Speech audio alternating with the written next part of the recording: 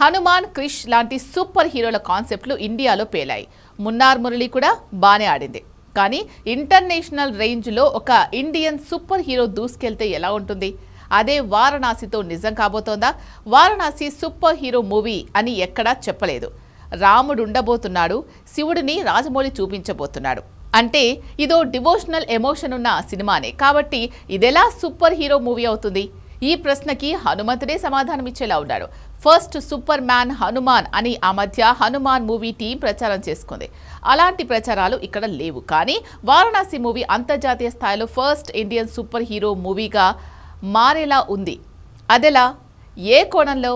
అదే నిజమైతే ఈ పాటికే అనౌన్స్మెంట్ రావాలి. కానీ రాలేదెందుకు? Have a look.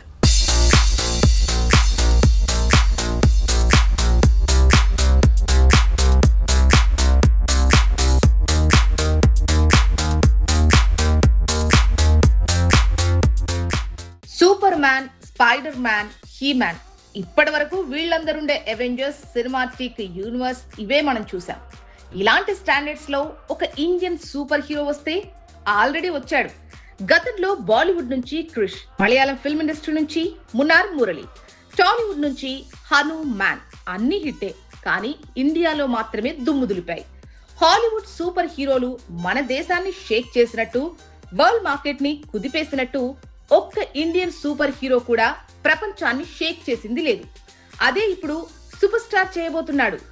రాజమౌళి ఎంతసేపు ఓ మైథలాజికల్ సైఫై డ్రామాగా వారణాసి వస్తుందన్నాడు తప్ప అసలు ఇందులో సూపర్ హీరో జానర్ కూడా ఉందన్న పాయింట్ స్ట్రెస్ చేయట్లేదు.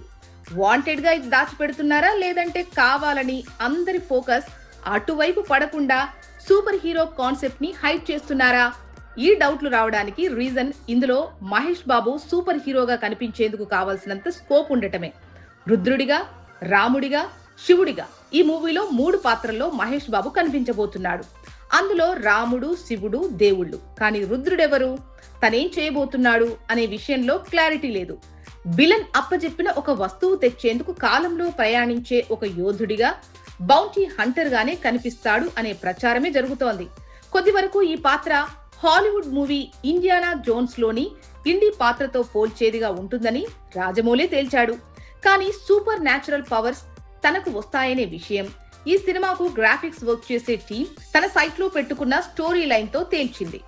విశ్వం తలరాత మార్చే వస్తువుని తెచ్చేందుకు కాలంలో ప్రయాణించే వ్యక్తికి అసాధారణ శక్తులు రావడం అంటే దానర్థం సూపర్ హీరో అన్నట్టే కదా. సో ఇది మైథలాజికల్ సైఫై డ్రామానే కాదు, సూపర్ న్యాచురల్ పవర్స్ ఉన్న సూపర్ హీరో కాన్సెప్ట్ అని కూడా అర్థమవుతోంది. ఇది కనుక వరల్డ్ వైడ్ గా హిట్ అయితే పాన్ వరల్డ్ మార్కెట్ ని షేక్ చేసిన ఫస్ట్ ఇండియన్ సూపర్ హీరోగా మహేష్ బాబు హిస్టరీ క్రియేట్ చేసిన వాడవుతాడు.